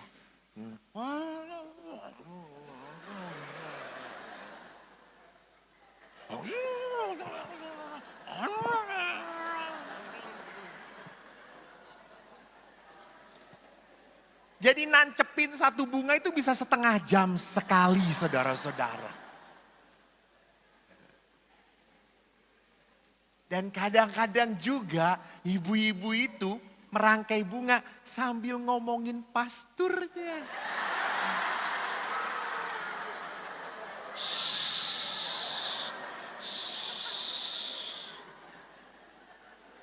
Dan selalu, kapan ya pastor ini pindah ya? Apa nih? Lihat banyak pengkhianat di sini. Banyak orang terluka di sini.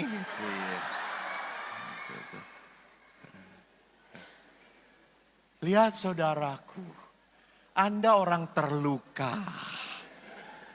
Yang masalah itu bukan pasturnya, Anda yang bermasalah. Jadi mari kita perhatikan bahwa orang menyimpan marah itu dosa. Apalagi kalau udah misa teng. Yang ini. Apes. Dosa. Dosa coy. Dosa. Mau mulai misa, sudah apa? Sudah tidak percaya pada imamnya. Seorang imam pun ditahbiskan oleh Tuhan, disucikan dalam kelemahannya. Jadi bukan berarti imam itu setelah ditahbiskan jadi suci. Anda masih punya kelemahan. Dan kalau kita melekat kepada kemarahan, kejengkelan, itu adalah sebuah dosa. Atau kekerasan.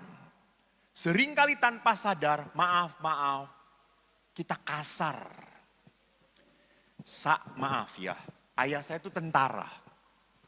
Ayah saya itu tentara, pangkatnya nggak di sini, di bawah. Dia punya komandan. Kalau di mana namanya, di kantor, dia ditekan oleh komandannya. Oh, kamu prajurit yang kurang setia, kurang taat pada Sabta Marga. Tidak baik. Ayah pulang menderita. Dan pulang ketemu si Eko. Lihat penderitaan si Eko. Ditekan. Dimarahi. Sadar atau tidak sadar bapak-bapak, ibu-ibu, anak bisa menjadi pelampiasan kemarahan Anda. Saya di rumah retret ketemu seorang anak. Waktu saya cerita tentang luka, tiba-tiba anak ini keluar dari ruang pertemuan. Dan dia teriak, dia pukul pintu WC. Sampai pecah pintu WC. Anak SMP kelas 3. Dia hajar pintu WC. Dan dia kenceng sekali teriaknya. Sampai kita kaget. Sampai saya berkata, sudah diam, gak apa-apa. Oke. Rupanya meledak anak ini. Lalu setelah saya selesai ngomong dengan anak-anak, saya datengin. Anak itu sedang nangis.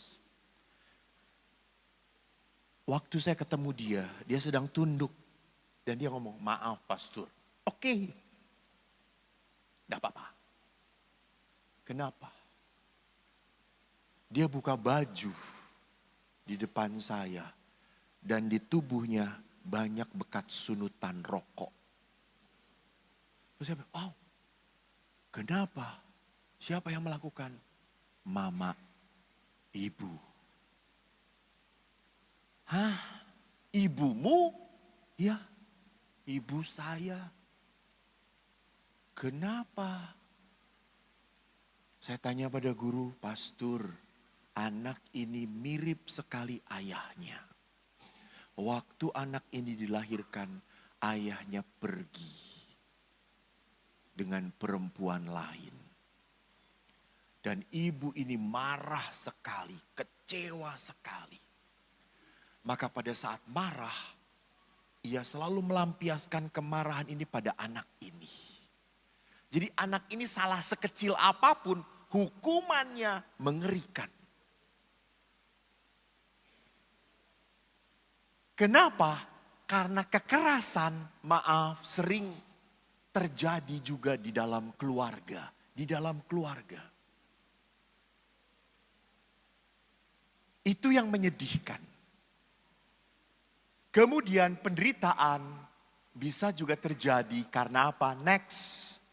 Kegagalan, menolak, melawan. Ketakutan, kecemasan, pengalaman kehilangan, kematian, penyakit yang tak tersembuhkan. Itu penderitaan-penderitaan. Sorry, maaf. Saya di Bandung mendampingi seorang ibu yang begitu sayang dengan suaminya. Dan suaminya meninggal dunia karena sakit. Ibu ini karena begitu sayangnya sampai 3-4 tahun dia tidak bisa move on dari sakit hati, kecewanya, sedihnya. Dia mengatakan, pastor kalau sedang hujan, saya sendirian, anak-anak dia sudah pisah, dia sendirian. Dia buka lemari suaminya, dia masih bisa melihat celana suaminya. Dia ambil, dia peluk, dia cium. Dan dia mengatakan, "Pak, kamu gak akan pakai celana ini lagi apa ya?" Dan dia menangis. Lihat, pengalaman kehilangan yang tidak terselesaikan. Ibu bapak bersedih itu boleh atau tidak? Boleh, boleh. Menangis itu boleh atau tidak? Boleh. Karena Anda kehilangan yang berharga dalam hidup Anda, boleh. Tetapi bersedih itu jangan berkepanjangan. Sedih itu ada waktunya, selesai. Ya saya merasa tidak menghargai suami saya. Masa saya cengangas-cengenges padahal suami saya mati. Apa hubungannya?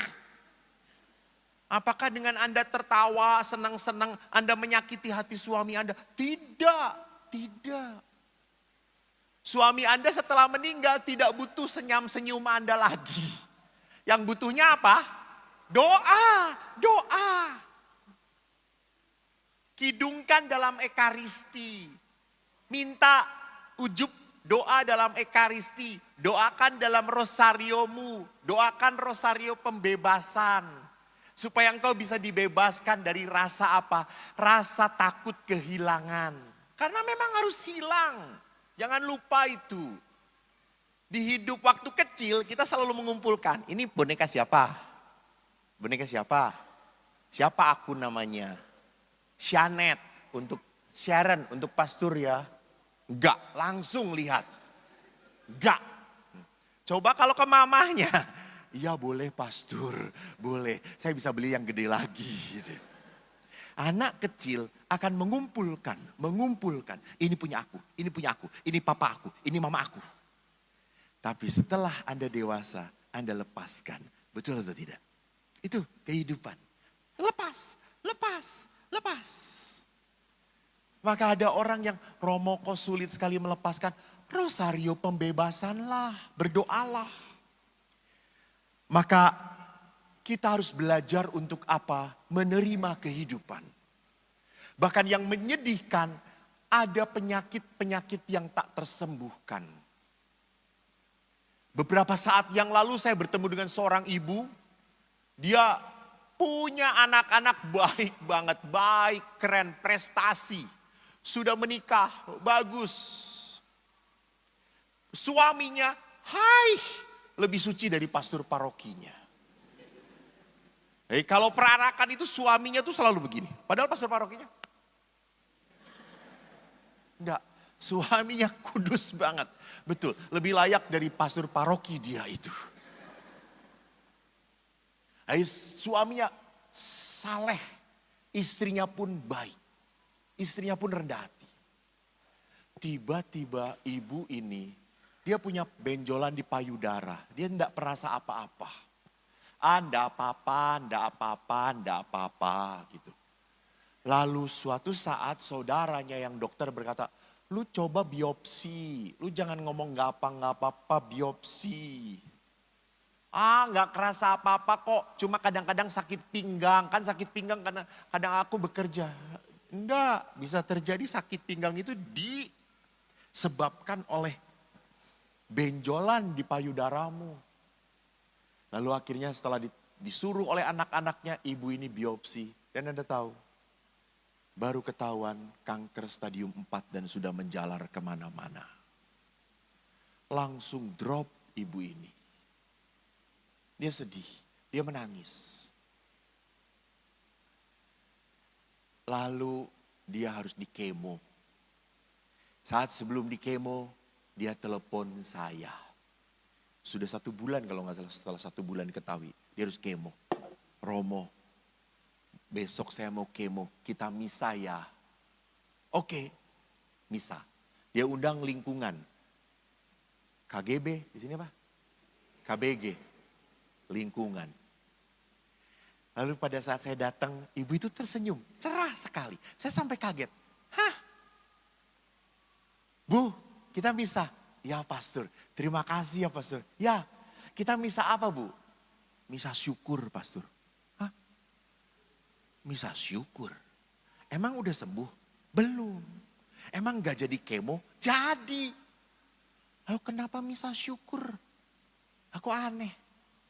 Pastor, saya ini sudah 70 tahun usia saya. Tahun ini masuk ke 71 tahun. Pastor, setelah saya renungkan, 70 tahun saya diberkati Tuhan. Saya punya anak baik-baik, saya punya suami baik, usaha kami jalan bagus, tidak hancur oleh COVID. Saya selalu sehat, saya bersyukur terus, 70 tahun bersyukur terus. Sekarang saya baru dapat kanker, kenapa saya harus menderita? Saya tetap percaya, walaupun saya kanker, Tuhan tidak akan pernah berhenti memberkati saya. Saya langsung berkata, edan, hebat. Ini orang keren, sakit masih bisa bersyukur. Ini keren, keren. Sakit tidak mengeluh, karena banyaknya orang mengeluh, paling mudah itu mengeluh. Saya hampir setiap minggu dikunjungin sama encim-encim. Yang pakai apa? Jare itu bahasa Jawa, sini apa bahasa Indonesia? Selendang. Kok selendang? Kain, serbet lagi, masa serbet. Pakai kain, serbet isi mesinnya doang. Pakai kain. Selalu encim-encim itu udah tua gitu. Pastor, aduh badannya sakit, perut cekot-cekot, kepala pusing gitu ya. Namanya juga orang tua. Setiap hari, minggu, selalu. Datang lagi, pastor aduh sakit, ini udah tua. Aduh kok gak dipanggil-panggil Tuhan ya. Gitu ya. Terus suatu hari minggu, dia datang lagi ke saya. Pada saat, pastor sebentar. Pada saat itu, saya tahu mau mengeluh sakit segala-galanya. Kok pastor tahu? Ya iya, tiap minggu ngomong kayak gitu. Sekarang udah, jangan ngomong aneh-aneh. Ayo ke pasturan. Ada apa pastor? Cukyok, enak banget. Cukyok, hauce sencing pingah. Kaki babinya empuk. Ayo makan bersama pastor. Enggak, malu dengan pastor-pastor. Enggak ada, mereka udah pada makan. Ayo makan. Enggak, nanti diceritain orang. Ya Allah, udah tua ngapain? Gua megang aja mati lu, kata saya tuh. Enggak mungkin saya memperkosa, kata saya tuh. Ayo makan. Lalu pada saat makan, semangat sekali. Ih pastor enak, boleh tambah. Tambah, abisin. Lame mencret lu, abisin. Kata saya itu. Lalu pas makan, saya tanya. Jim, makan enak? Enak pastor. Kerasa nggak sakit kepala, cekot-cekot. Perut, kok nggak kerasa ya pastor? Jadi saya ngomong, babi adalah obat yang terbaik, Jim. Kata saya itu.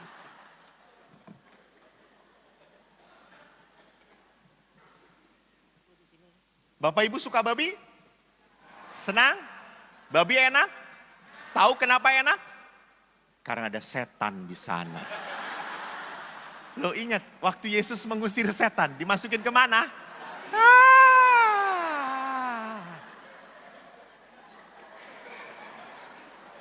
Jadi kalau makan babi sama dengan?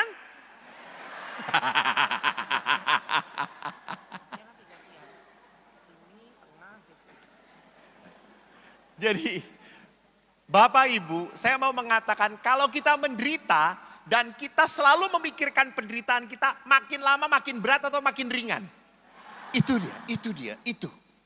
Makin berat. Jadi saya selalu ngomong kepada oma udah tua, badan dipakai terus, kerasa segala-galanya. Enggak masalah. Pelayanan, kunjungan. Pasti oma akan merasa sehat. Oma itu ya olahraga. Hop. Ya cuma kayak gitu aja. Kalau enggak olahraganya kayak yang di toko-toko Cina itu.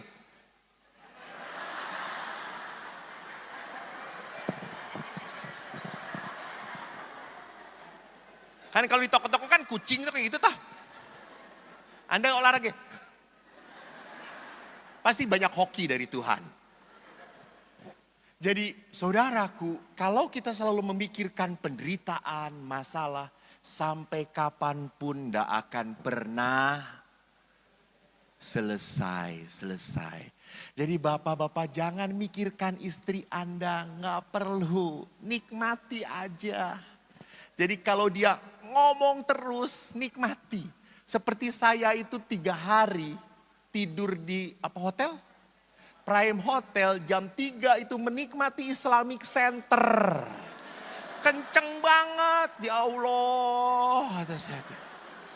Jadi dia berdoa, saya pun salam Maria penuh rahmat Tuhan sertamu. Terpujilah buahmu tubuhmu Yesus. Saya tuh enggak pernah jam 3 doa rosario coy. Di Lombok gua jadi doa rosario edan kata saya. Jangan tepuk tangan, ini penderitaan namanya.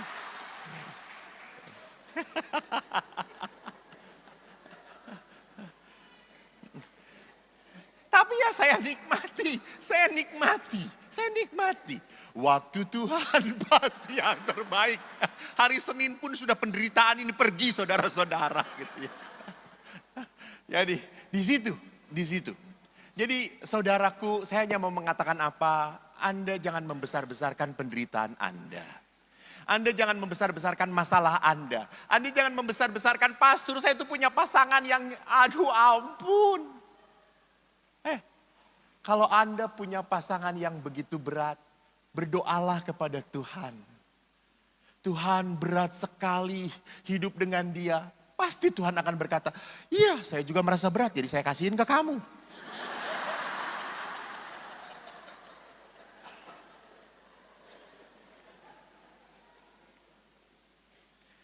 Oke, mari kita perhatikan bagaimana penderitaan dalam kerangka Ayub.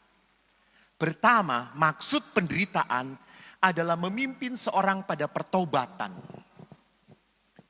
Jadi kalau kita menderita, itu adalah undangan Tuhan untuk bertobat. Bertobat. Memperbaiki hidup saya. Jadi kalau Anda menderita dengan perkawinan Anda, jangan cerai. Sedih banget tadi malam, betul saya sedih loh saudara-saudara.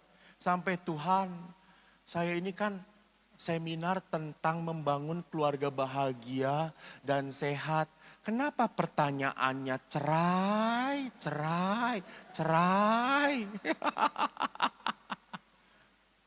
Bukan. Jadi kalau Anda merasa bahwa kok hidup perkawinan saya tidak nyaman, bertobatlah, perbaiki. Bapak Ibu, oleh karena itu saya sangat menghargai keluarga hanya bisa bertobat dan memperbaiki kalau suami istri jalan bersama. Maka saya sangat menghargai para suami yang mau rendah hati datang ke rekoleksi dan kebangunan rohani Katolik ini. Beri tepuk tangan suami Anda.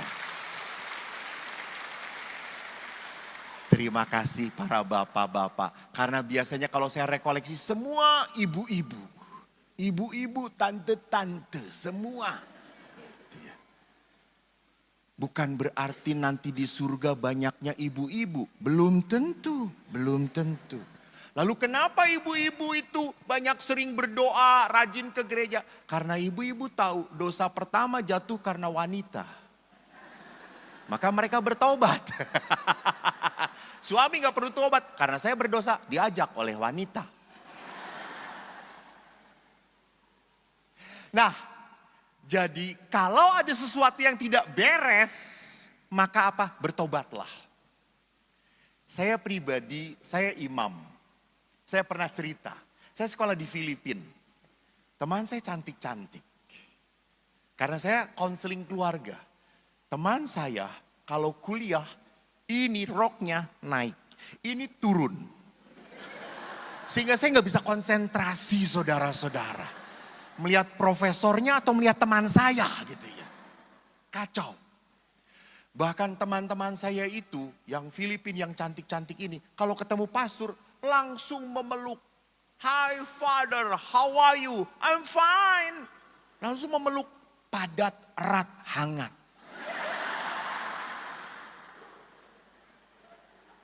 Saya tuh enggak pernah dengan perempuan pelukan kayak gitu. Paling cuma, pastor, udah ini enggak. Filipina, saya risih, gak enak hati, tapi lama-lama ketagihan. Lu ketawa lu, mengerti lu. Karena normal saya ini, masa memeluk bapak saya ketagihan, ya enggak lah ya.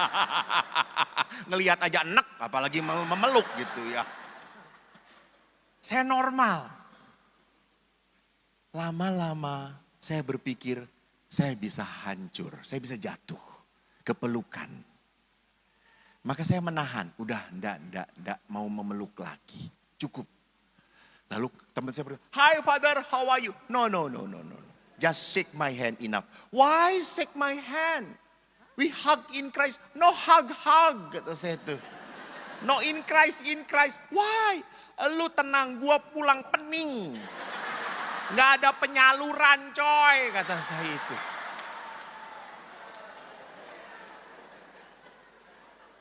Saya harus tahu diri. Ini godaan. Saya bisa jatuh. Saya menahan. Udah cukup. Enggak. Gitu ya. Coba di sini saya tanya, saudaraku. Halo, salam damai dulu.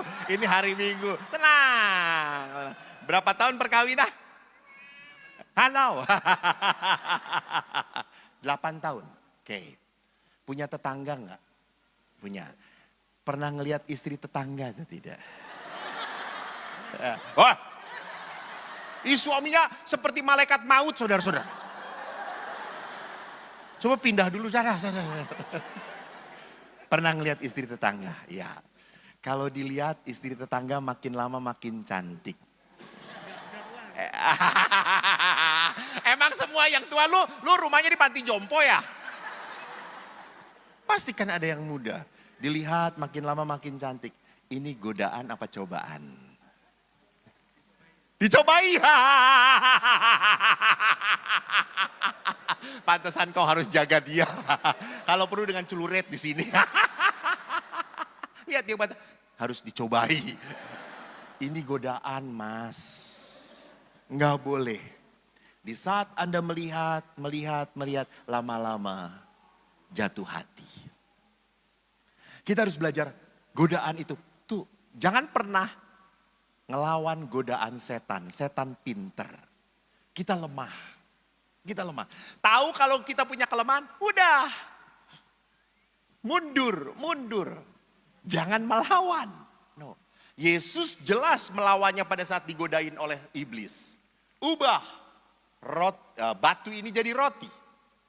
Yesus berkata, manusia hidup bukan hanya dari batu saja, tapi juga dari roti. Setiap firman Allah.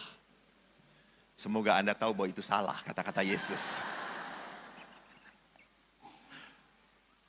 Tapi Mas, kalau tiap hari ngelihat istri enggak? Menatap wajahnya enggak? Makin selalu, ya betul. Makin lama makin sayang atau sebel?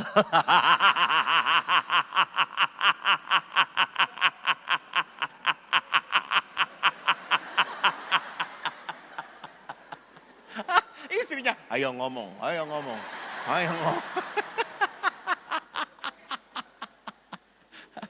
Kalau melihat istri sendiri diliatin 8 tahun bukan makin cantik, makin jelek. Ini godaan atau cobaan?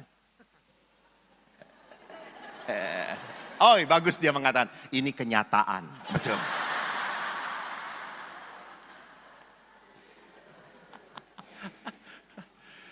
Jadi saudaraku, di dalam hidup apapun, di dalam perjalanan panggilan apapun, pasti ada yang namanya godaan. Maka penderitaan nomor 3 bisa terjadi karena kuasa jahat ingin merusak hidup iman kita. Memurnikan kita. Bahwa kita dicobai. Dan penderitaan yang nomor 2 terjadi karena apa? Untuk melembutkan hati kita. Kalau kita pernah menderita, melihat penderitaan orang lain, kita jadi tegaan atau tidak? Tidak. Kita jadi murah hati. Jadi Allah membiarkan kita menderita supaya kita punya hati yang berbelas kasih. Nah, saudaraku, bagaimana Ayub menghadapi penderitaan? Ayub sadar bahwa ini adalah bagian dari kerapuhan manusia. Oleh karena itu, lihat di sini, Bapak Paus pernah berkata, jadi manusia jangan lari dari salib, dari penderitaan. Next. Ya. Di dalam khotbah Bapak Paus pernah berkata, salib itu bukan untuk dilepaskan, tapi untuk dipikul. Pernah nggak Anda berpikir, wah, suami istri ini baik. Enak ya, pastor. Suami istri ini. Kemarin saya ada sharing seorang ibu. Romo, ini suami istri ini baik. Kalau ke gereja selalu pegangan tangan. Duduknya berdua. Kalau salam damai itu langsung cipika-cipiki. Suami saya itu Romo. Kalau salam damai, dia salamin dulu tante-tante yang lain. Baru ke saya. Kurang ajar dia itu Romo. Jadi lihat di sini bahwa setiap keluarga, setiap manusia punya salibnya masing-masing. Punya punya penderitaannya masing-masing. Punya. Kemarin duduk-duduk di rumah makan para pastor. Mereka sharing penderitaan masing-masing. Romo Cece berkata, saya punya penyakit. Romo Woda, saya juga punya penyakit. Romo Eko, saya juga. Jadi dari 3 orang itu semuanya darah tinggi coy.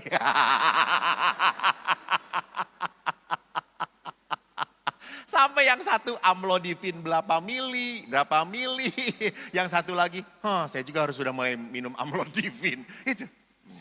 Jadi kita punya apa? Punya beban, punya kelemahan yang harus kita tanggung. Sekali lagi harus ditanggung. Karena kalau tidak ditanggung makin berat. Maka sekarang mari kita lihat bagaimana kita datang kepada Allah. Marilah kepadaku kalian semua yang letih memikul beban berat.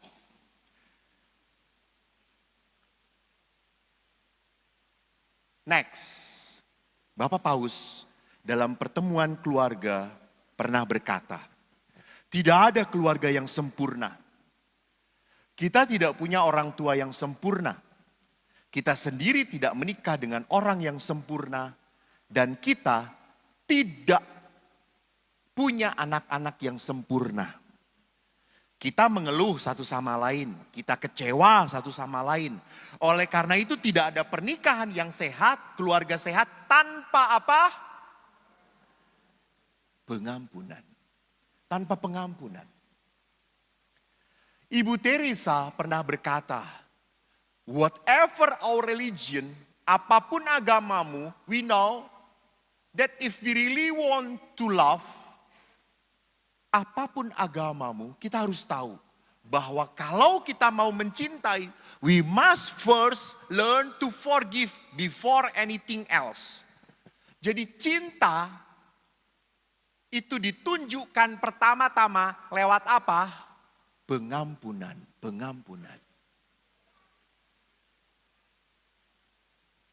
Jadi ibu mencintai suami ibu? Apakah ibu memaafkan suami ibu? Iya harus. Kalau tidak menderita ibu. Saya aja menderita melihatnya.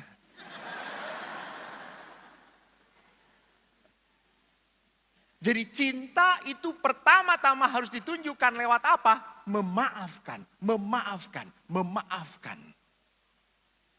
Kalau Anda tidak memaafkan, Anda akan rugi sendiri, capek sendiri. Ibu Teresa berkata, to forgive takes love, but to forget takes humility. Kalau kita sudah memaafkan, kita bisa melupakan atau tidak? Luka kita. Tidak. Maka to forgive itu butuh cinta. Untuk memaafkan butuh cinta. Tetapi melupakan, saya harus rendah hati. Udah lupakan. Udah. Tapi ingat terus, Romo, ingat terus. Berarti belum tuntas. Harus dituntaskan. Kita butuh humility. Apa humility? Kerendahan hati. Apa artinya kerendahan hati? Kita harus berseru, Tuhan, saya nggak bisa melupakan kekecewaanku pada pasanganku. Tolong. Nah, itu humility. Itu kerendahan hati. Ibu Teresa berkata, some people come in our life as blessing, but some people come in your life as lesson. Ya. Jadi orang-orang datang kepada saya kadang-kadang menjadi berkat, kadang-kadang juga menjadi musibah. Tapi musibah itu memberikan apa? Pelajaran bagi saya. Pelajaran. Hikmat kehidupan. Jadi justru penderitaan itu membawa hikmat kehidupan. Setelah saya mengalami kecil dipukul oleh ayah, disalah-salahkan. Saya sebagai anak terluka, Saya begitu kecewa dengan ayah sampai saya 5 tahun imamat. Saya setelah 5 tahun jadi pastor pun saya tidak pernah ingin dekat dengan ayah. Saya tidak pernah menyayangi ayah saya. Saya kayak kalau telepon, saya selalu cari ibu. Ibu tuh baik. Ibu tuh sayang saya. Sampai kalau saya pergi ziarah, saya selalu cari hadiah yang mahal untuk ibu. Saya pernah beli liontin harga $500 untuk ibu.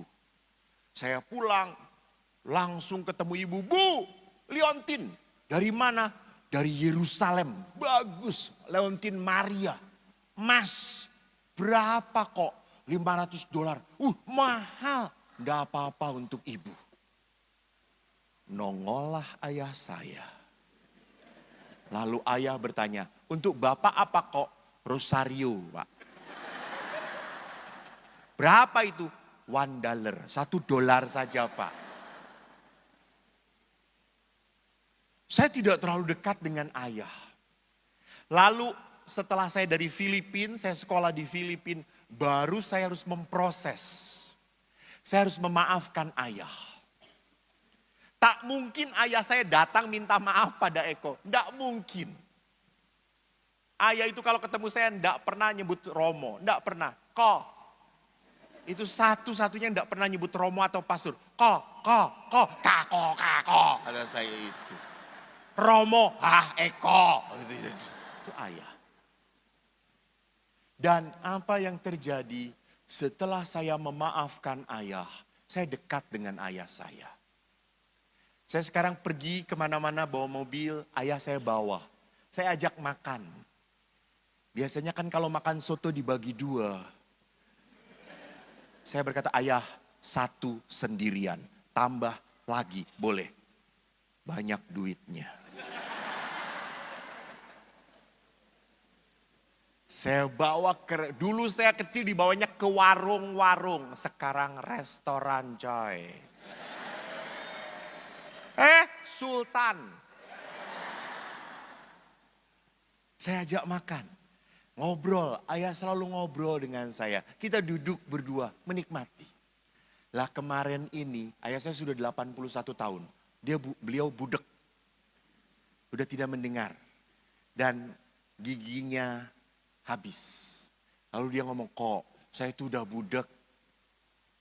Saya mau cari alat bantu dengar. Ya beli toh Pak. Bapak kan sudah kumpulin uang pasti. Ya. Kok mahal? Berapa? 14 juta. Ya sudah Bapak punya berapa? Aku punya 14 juta. Ya sudah belikan. Tadinya saya pikir 7 juta kok. Lah yang lain 7 juta untuk apa? Untuk beli gigi palsu. Jadi cuma bisa beli 2. Gitu ya. Udah satu-satu. Karena ayah kan sering mengeluh. Ayah saya tuh sering mengeluh. Sekarang ayah saya tuh senang nanam. Nanam cabai, tomat. Nah tomat itu suka hilang cabenya. Dan dia selalu, tetangga kita tuh mencuri kok. Kata saya, enggak mencuri Pak. Dia ngomong cuma Bapak enggak denger, budek gitu. Kan Pak D minta cabai, Bapak enggak denger, budek kata dia. Lalu Bapak saya beli alat bantu dengar. Dia senang sekali. Wih, aku sekarang udah bisa mendengar. Jelas kalau ke gereja pasturnya ngomong apa, jelas kedengeran kok. Iya tetangga tuh gak nyuri. Ngomong mereka itu. Kan itu. Jangan mudah menyalahkan kata saya itu. Bapak yang budek orang ngomong, Bapak gak kedengeran kata saya itu. Terus Bapak, tapi sekarang kok aku mau beli gigi palsu. Ya udah beli, udah ada duitnya. Ya udah nanti lagi nabung. Kamu gak bisa bantu Bapak. Apa gigi palsu? Iya. Oke, saya beliin. Bener kok? Iya. Tapi yang second ya Pak. Bapak sudah kaget. Memang ada gigi palsu yang second? Ada. Orang mati giginya nggak dibawa. Kita pakai untuk Bapak. Lalu Bapak berkata, kamu menyakiti orang tua sekarang. Ya, kata dia itu. Lalu saya kumpul, dapat berkat dan saya berikan. Nih, beli gigi yang baru, jangan yang second. Kamu kok baik kok. Walaupun dilukai, Eko memberkati coy.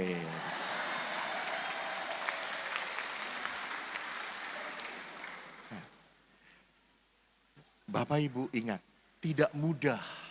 Tidak mudah. Saya sekarang, maaf, di rumah saya tinggal satu ayah yang paling saya jaga. Yang paling saya pertahankan. Jadi ayah mau apapun harus ngomong dengan Eko. Karena saya yang bisa cari. Adik-adik saya punya keluarga. Ayah mau ini, tenang, tenang. Tak ngutang sih.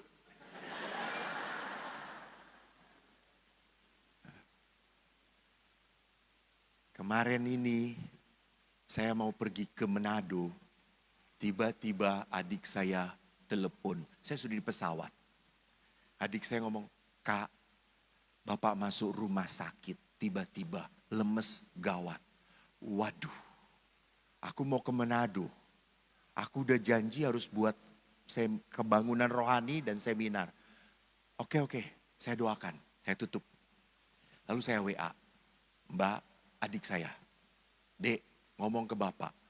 Jangan cepat-cepat dipanggil Tuhan. Nunggu aku pulang. Baru mati. Kata saya itu.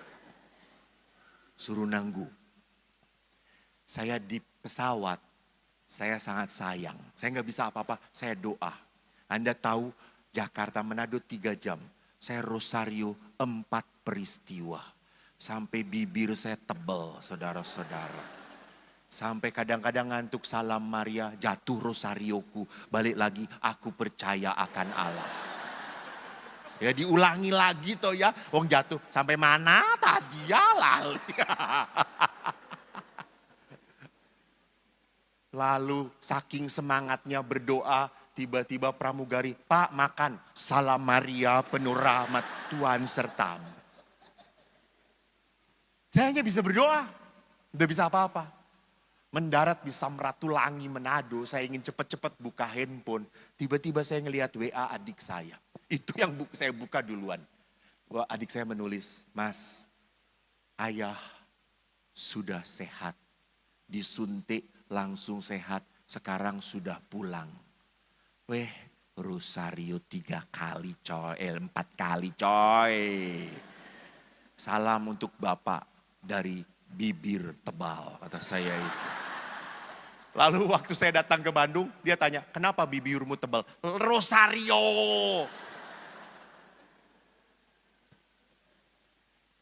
Jadi setelah saya menjadi pastor, saya langsung sadar, saya tidak akan pernah jadi pastor seperti ini kalau tidak punya bapak keras.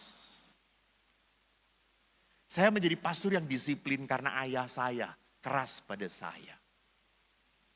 Jadi saya bisa memetik berkat setelah saya bisa mengampuni. Nah, apa namanya itu? Next. Karena yang memidah-midahkan ini Tuhan, saudara-saudara. Next. Ibu Teresa pernah berkata, people ask me what advice I have for married couple struggling in the relationship. I always answer, pray and forgive. And to young people from violent homes, I say, pray and forgive. And again, even to single mother with no family support, pray and forgive. Bunda Teresa berkata pada keluarga-keluarga, pada single mom, berkata apa? Apa yang bisa membuat kamu bertahan? Apa? Doa dan pengampunan. Mengapa? Karena kita tidak bisa mengampuni kalau kita tidak berdoa. Berdoa. Doa yang membuat kita mampu mengampuni. Maka tidak aneh. Next. Lihat Yesus di dalam Injil Yohanes. Akulah pokok anggur, kamu rantingnya. Barang siapa tinggal dalam aku dan aku dalam dia, ia berbuah banyak. Sebab di luar aku kamu tidak dapat berbuat apa-apa. Jadi kalau kamu tidak bersama aku, kamu tidak bisa memaafkan pasanganmu. Kalau kamu tidak berdoa bersama aku, kamu tidak bisa memaafkan anak-anakmu. Kamu tidak bisa memaafkan orang tuamu. Kamu harus bersama aku. Oleh karena itu, mari kita lihat bagaimana mengalami kegelegaan. Ini menarik. Liberation and restoration. Liberation itu apa? Membebaskan. Anda tahu tahun ini adalah tahun apa? Jubileum. Jubileum itu dari kata apa? Hah? Yobel. Apa arti Yobel? Pembebasan. Berapa tahun sekali? 50 tahun sekali. Yobel, membebaskan. Maka kita itu harus belajar membebaskan apa? Kesakitan, kekecewaan dari hati kita. Please, please. Lepesin, jangan disimpan. Capek lu, bodoh lu.